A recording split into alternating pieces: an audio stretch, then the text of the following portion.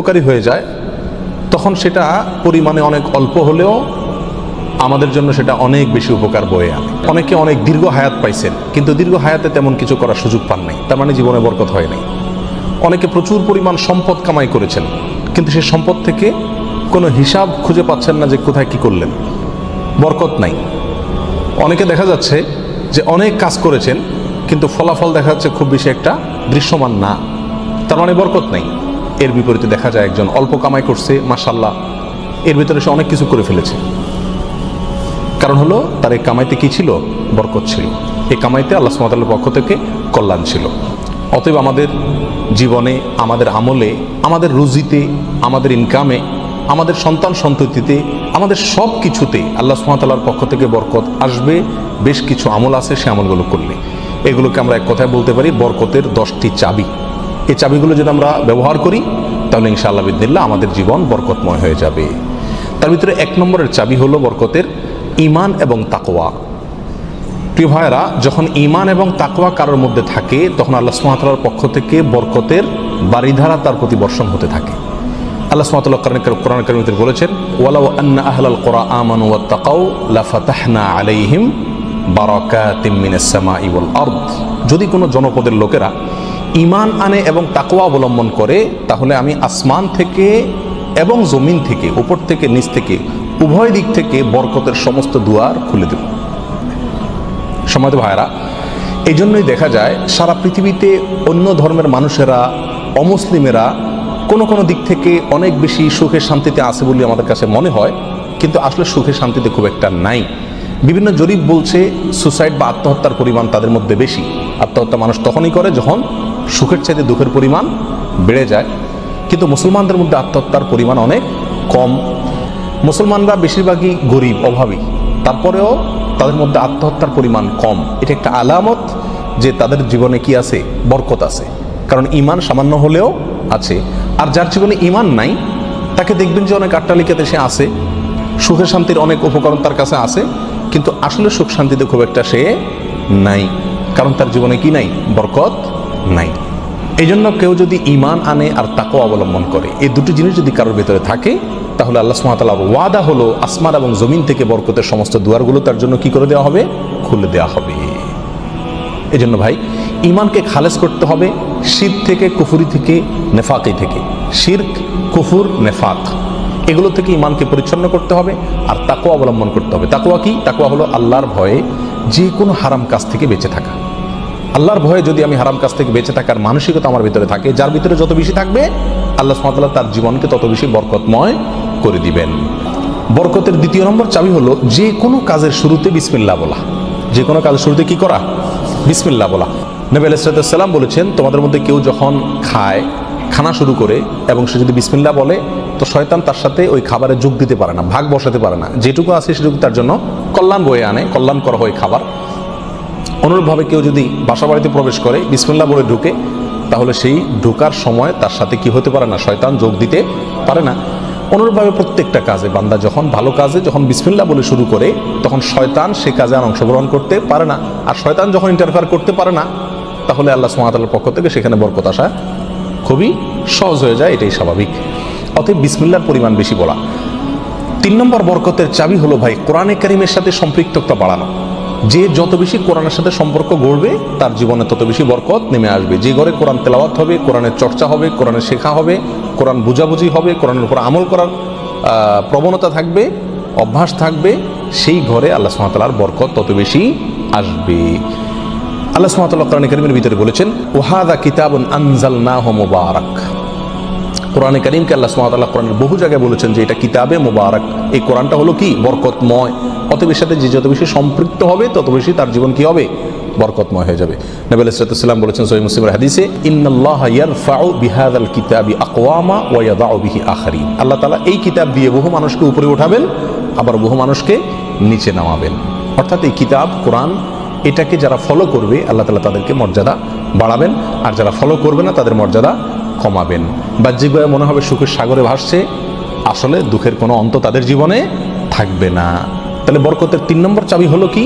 কোরআনের সাথে সম্পর্ক বেশি বেশি করা, কোরআন তেলাওয়াত করা, কোরআন বুঝা, কোরআন অনুযায়ী আমল করার চেষ্টা করা। যত বেশি যেই করবে আল্লাহ তাআলা তার জীবনের প্রতিটা পদে পদে তত বেশি কি দিবেন? বরকত দান করবেন। বরকতের 4 নম্বর যে চাবি আছে সেটা হলো ভাই সাদাকা করা, দান করা। কি করা? দান করা, সাদাকা করা। সাদাকা এবং দান করলে বহু হাদিস থেকে বোঝা যায়, জানা যায় যে বিপদ আপদ দূর হয়ে যায়। আমাদের যে কোনো কাজ থেকে, যে কোনো অর্থকড়ি থেকে, যে কোনো উপার্জন থেকে আমাদের কল্যাণটা আসে না, এর একটা বড় কারণ হলো বিপদ এসে যায়। আমি একটা দোকানদারি শুরু করলাম, একটা বিপদ এসে গেল, তাহলে আমার সেখান থেকে কল্যাণটা আর আসলো না। তো বরকত যদি আপনি চান প্রত্যেকটা বস্তুতে, প্রত্যেকটা জিনিসের কল্যাণ আসুক, উপকার হোক জিনিসটা আপনার জন্য, ছোট চাকরি, অল্প আয়, ছোট ব্যবসা, এর ভিতরেই আল্লাহ তাআলা কল্যাণ দিয়ে দেখ। আপনি যদি চান তাহলে আপনার কি করতে হবে? সাদাকার অভ্যাস করতে হবে।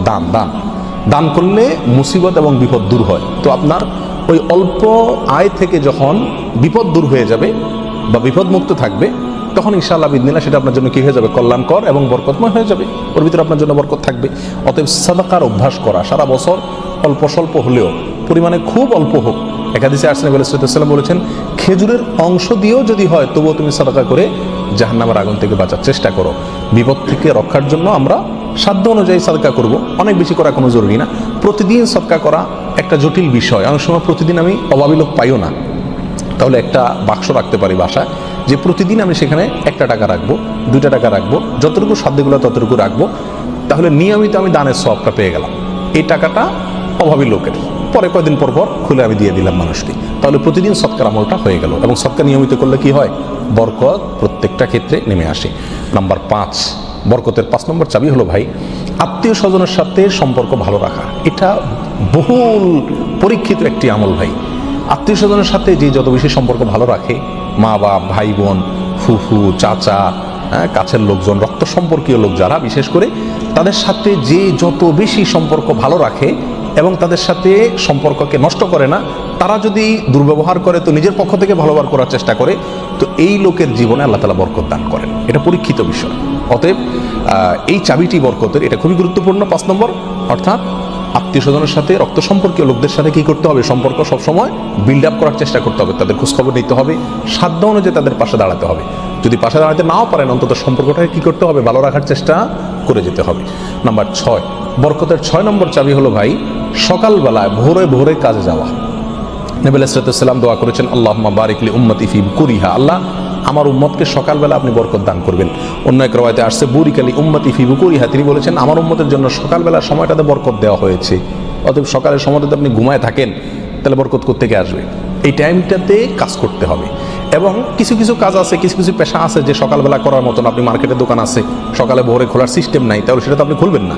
কিন্তু অন্তত তার প্রস্তুতি, প্রাক প্রস্তুতিগুলো সকাল থেকে হয়ে যাওয়া উচিত। এবং সকালের টাইমটা আসলে ঘুমের কোনো উপযুক্ত টাইম না। আপনি রাতে ভালো করে ঘুমান, বেশি করে ঘুমান, সকালে ঘুমাবেন না, দুপুরে ঘুমান, কিন্তু সকালে ঘুম এটা কোনো প্রশংসনীয় ঘুম নয়, স্বাস্থ্যের জন্য ভালো নয়, ইসলামী দৃষ্টি থেকেও খুব বেশি প্রশংসনীয় নয়। এই জন্য সকালবেলা যদি কাজে বের হওয়া যায় তাহলে ইনশাআল্লাহ জীবনে কি আসবে? বরকত আসবে। যে কাজই করেন আপনি সকালবেলা, সেই কাজে আল্লাহ তাআলা কি দিবেন? বরকত দান করবেন। নাম্বার 7, বরকতের 7 নম্বর চাবি হলো ভাই নিজে 5 ওয়াক্ত সালাত আদায় করতে হবে এবং পরিবারের লোকদেরকে সালাতের নির্দেশ করতে হবে। বহু লোক নিজে নামাজ পড়ে, কিন্তু বাচ্চা কাচ্চা, ফ্যামিলির লোকজন তারা নামাজ পড়ছে কিনা সে বিষয়ে কি করে না? খবর রাখে না। আল্লাহ সুবহানাহু ওয়া তাআলা কোরআন কারীমের ভিতরে বলেছেন, ওয়া উমুর আহলাকা বিস-সালাত, তুমি তোমার পরিবারকে নামাজের নির্দেশ করো। নিজে তো পড়তেই হবে, পরিবারকেও নির্দেশ করো। ওয়াসতাবির আলাইহা, এবং এটার উপর অটল থাকো, ধরে রাখো এটাকে। তাহলে কি হবে? লা নাসআলুকা রিজকা, আমি তোমাদের কাছ থেকে, আল্লাহ বলছেন আমি তোমাদের কাছ থেকে রিজিক চাই না। নাহনু নারযুকুকা ওয়াল আকিবাতু লিত-তাকওয়া, বরং এই কাজ করলে, আমল করলে আমি তোমাদেরকে রিজিক দিব, বরকত চলে আসবে ইনশাআল্লাহ। নামাজ নিজে পড়তে হবে এবং পরিবারকে নামাজের নির্দেশ করতে হবে। নাম্বার 8, বরকতের 8 নম্বর চাবি হলো ভাই তাওয়াক্কুল করা আল্লাহর উপরে, আল্লাহর উপরে ভরসা করা। মুমিন যত বেশি আল্লাহর উপরে ভরসা করবে, আল্লাহ তাআলা তত বেশি তাকে সাহায্য করবেন। আর আল্লাহর প্রতি ভরসা যত কমে যাবে, আস্থা যত কমে যাবে, নির্ভরতা যত কমে যাবে, দুনিয়ার কোনো বস্তুর প্রতি যখন আস্থা বেশি হয়ে যাবে, আল্লাহ তাআলা তাকে ওই বস্তুর হাতেই বেইজ্জত করে ছাড়েন। এটাই আল্লাহ সুবহানাহু ওয়া তাআলার সুন্নাহ। যার কারণে আল্লাহর প্রতি যে যত বেশি তাওয়াক্কুল করে, আল্লাহ তাআলা তাকে তত বেশি উদ্ধার করেন এবং সাহায্য করেন। বরকতের জন্য এটা একটা অন্যতম উপায়। যে যত বেশি আল্লাহর উপরে ভরসা করবে, বিশেষ করে রিজিকের ব্যাপারে, তত বেশি আল্লাহ সুবহানাহু ওয়া তাআলার পক্ষ থেকে কি আসবে? বরকত আসবে। একটু কোনো কারণে আমাদের ইনকামের উপরে চাপ আসলে, প্রেশার আসলে আমরা অস্থির হয়ে যাই, হাউতাশ হয়ে যায়, নিরাশ হয়ে যায়। অনেকে তো আজে বাজে মন্তব্য করা শুরু করি, আল্লাহর উপর তাওয়াক্কুল থাকে না। তো আসবে কোত্থেকে রিজিক? রিজিক আসবে তখন যদি আল্লাহর উপরে ভরসাটা পূর্ণ মাত্রায় থাকে। নবী আলাইহিস সালাম বলেছেন, লাউ তাওয়াক্কালতুম আলাল্লাহি হাক্কা তাওয়াক্কুলিহি, আল্লাহর প্রতি যেরকম ভরসা রাখা দরকার, যেরকম আস্থা রাখা দরকার, তোমরা যদি সেই মাপের আস্থা রাখতে পারো, নির্ভরতা আল্লাহর উপরে তোমরা রাখতে পারো, তাহলে কি হবে? লা রাযাকাকুম কামা ইয়ারযুকুত তাইর, আল্লাহ তাআলা পাখিকে যেভাবে রিজিক দেন তোমাদেরকে সেভাবে রিজিক দিবেন। সারপ্রাইজ রিজিক, কল্পনাও করতে পারবে না কোথায় আল্লাহ রিজিকের ব্যবস্থা করে রাখছে। এরকম বরকত জীবনে নেমে আসবে যদি কি করা হয়? আল্লাহর উপরে পরিপূর্ণ তাকওয়া, এই তাওয়াক্কুল অবলম্বন করা হয়। বরকতের জন্য 9 নম্বর আমল হলো বেশি বেশি ইস্তেগফার করা। কি করা ভাই? ইস্তেগফার করা। ইস্তেগফার, উঠতে চলতে ফিরতে সব সময় ইস্তেগফার করা। আস্তাগফিরুল্লাহ ওয়া আতুবু ইলাইহি, আস্তাগফিরুল্লাহাল্লাযী লা ইলাহা ইল্লা হুয়াল হাইয়ুল কাইয়্যুম ওয়া আতুবু ইলাইহি, অথবা সাইয়্যিদুল ইস্তেগফার পড়া। কিচ্ছু না পারেন শুধু আস্তাগফিরুল্লাহ পড়া, আস্তাগফিরুল্লাহ আস্তাগফিরুল্লাহ আস্তাগফিরুল্লাহ ওয়া আতুবু ইলাইহি, এতটুকু পড়া। এবং যখন পড়বেন অর্থ বুঝে পড়বেন। আল্লাহর কাছে ক্ষমা চাচ্ছেন আপনি, আর ক্ষমা চাইলে ক্ষমা চাওয়ার মোড থাকে আলাদা। একটা মানুষের কাছে যখন মাপ চান আপনি, তখন মাপ চাওয়ার মোড ভিন্ন থাকে না। আস্তাগফিরুল্লাহ যখন বলবো তখন নিজের অপরাধের কথা স্মরণ করে, অথবা আমি যে বহু অপরাধ করি সেই কথাটা মনে করে আল্লাহর কাছে ক্ষমা চাইব। যত বেশি ইস্তেগফার করব তত বেশি রিজিক আসবে। সূরা নূহের ভিতরে আল্লাহ সুবহানাহু ওয়া তাআলা আল্লাহর নবী নূহ আলাইহিস সালাম সম্পর্কে বলেছেন যে নূহ আলাইহিস সালাম বলেছেন তার জাতিকে, ফাকুলতুস্তাগফিরু রাব্বাকুম ইন্নাহু কানা গাফফারা। তিনি বলেন, আমি আমার জাতিকে বলেছিলাম তোমরা তোমাদের রবের ইস্তেগফার করো, তোমাদের রব ক্ষমাশীল। তাহলে কি হবে? ইস্তেগফার করলে 1 নম্বরে তিনি ক্ষমা করবেন, তারপরে ওয়ায়ুমদিদুকুম বিআমওয়ালিন ওয়া বানিন ওয়া ইয়াজআল লাকুম জান্নাতিন ওয়া ইয়াজআল লাকুম আনহারা। সম্পদ এবং সন্তান, পরিবার, এই দুইটা দিয়ে তোমাদেরকে শক্তিশালী করবেন, রিচ করে দিবেন, সমৃদ্ধ করে দিবেন। ওয়া ইয়াজআল লাকুম জান্নাতিন ওয়া ইয়াজআল লাকুম আনহারা, তোমাদের জন্য বাগবাগিচা দিবেন এবং নহর প্রশোভন দান করবেন, অর্থাৎ রুজি রুটির বরকত দান করবেন।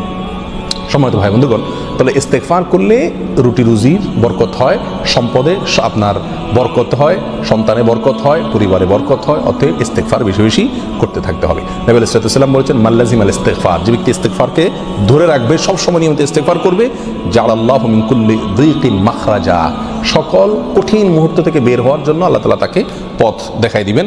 ওয়া কুল্লি হাম্মিন ওয়া মিন কুল্লি হাম্মিন ফারাজা, সকল পেরেশানি থেকে আল্লাহ তাআলা তার জন্য প্রশস্ততার পথ দেখাই দিবেন যদি সে ইস্তেগফারকে ধরে রাখে। 1-2 বার পড়া না, নিয়মিত পড়তে থাকে, ধরে রাখে। অতএব বরকতের জন্য বেশি বেশি ইস্তেগফার করতে হবে। 10 নম্বর বরকতের চাবি হলো ভাই, পরিপূর্ণ সালামের ব্যাপক পরিমাণে প্রচলন ঘটাতে হবে, দিতে হবে। সালামের পরিপূর্ণ রূপ হলো আসসালামু আলাইকুম ওয়া রাহমাতুল্লাহি ওয়া বারাকাতুহু। এখানে আমরা সবাই জানি দোয়া করা হয়, আপনার প্রতি শান্তি বর্ষিত হোক, আল্লাহর রহমত বর্ষিত হোক এবং আল্লাহর বরকত নাজিল হোক আপনার প্রতি। তাহলে আপনি যখন কারোর প্রতি সালাম দিচ্ছেন, পূর্ণাঙ্গ সালাম, আসসালামু আলাইকুম ওয়া রাহমাতুল্লাহি ওয়া বারাকাতুহু, তার মানে আপনি কেমন যেন তার জন্য বরকতের দোয়া করছেন, শান্তির দোয়া করছেন।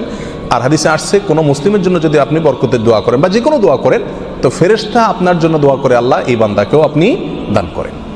আর আগেই বলেছি, বরকতের অল্প বেবরকতের বহুর চাইতে উত্তম এবং শ্রেষ্ঠ। আল্লাহ তাআলা আমাদেরকে বরকতের সম্পদ দান করুক, অধিক সম্পদ নয়, বরকতের সম্পদ।